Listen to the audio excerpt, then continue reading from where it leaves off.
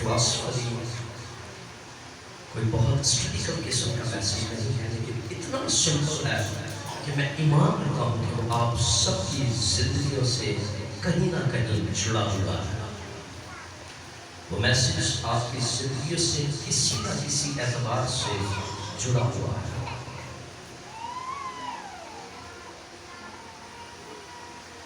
آپ جانتے ہیں کہ کئی چرچز میں توبہ کا عمل پڑھایا جاتا ہے۔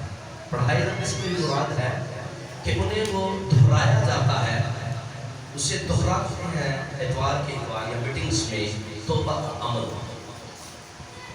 اور کچھ لوگ اس بات کی کبھی کبھی اپنی منادی میں مخالفت بھی کر دیتے ہیں کہ ہمیں توبہ کی ضرورت نہیں ہے، ہم توبہ کر چکے ہیں۔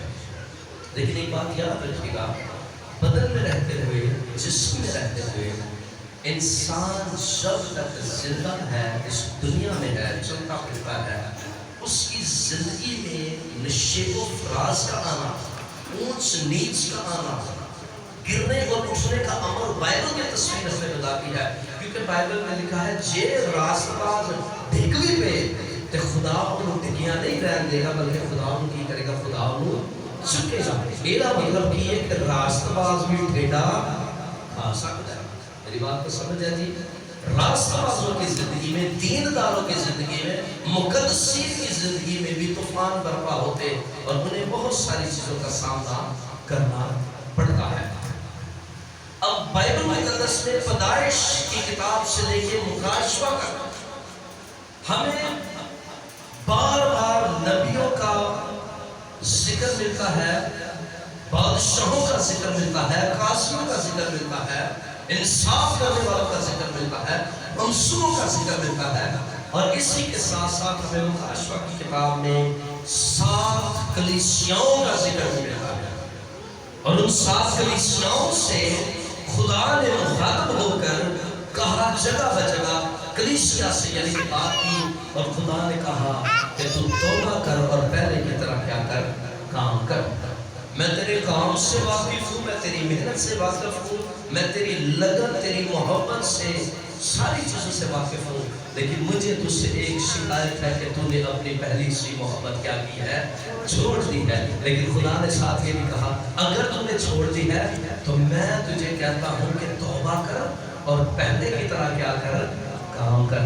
ایدہ مطلب ہے جے مکاشفہ دی کلیسیا دی کھچ ہو سکتی ہے تے ایس چرچ تے عالمگیر کلیسیا جڑی ہون روم تے زمین تے کام کر رہی ہے وہ دی کھچ کیوں نہیں ہو سکتی؟ وہ کلیسیا اس کلیسیا نے جڑی ہوئی ہے۔ یسوع مسیح اس کلیسیا کی چلتا پھرتا سی۔ آج اسی ایمان رکھنے ہیں کہ ہم جو برگزیدہ لوگ ہیں، کلیسیا جو ہے یسوع کا بدن ہے۔ کلیسیا کیا ہے؟ یسوع کا بدن ہے۔ اور کلیسیا کے ارکان ہوتے ہوئے، کلیسیا کے رکن ہوتے ہوئے ہماری زندگی میں اگر کبھی کچھ ایسا آ جائے تو ہمیں کیا کرنا ہے؟ توبہ کرنے کی ضرورت ہے۔ بائبل مقدس میں کیا لکھا ہے؟ تمہاری کمریں کسی رہے، تمہارے چراغ جلتے رہے۔ میری بات کو آپ سمجھیں جی میں کیا کہنا چاہ رہا ہوں؟ یعنی کہ آپ سب جڑ کر مل کر کلیسیا بن کر، کلیسیا کا اگر کوئی اعضاء کہیں کمزور ہے تو اسے درست ہونے کی کیا ہے جی؟ ضرورت ہے۔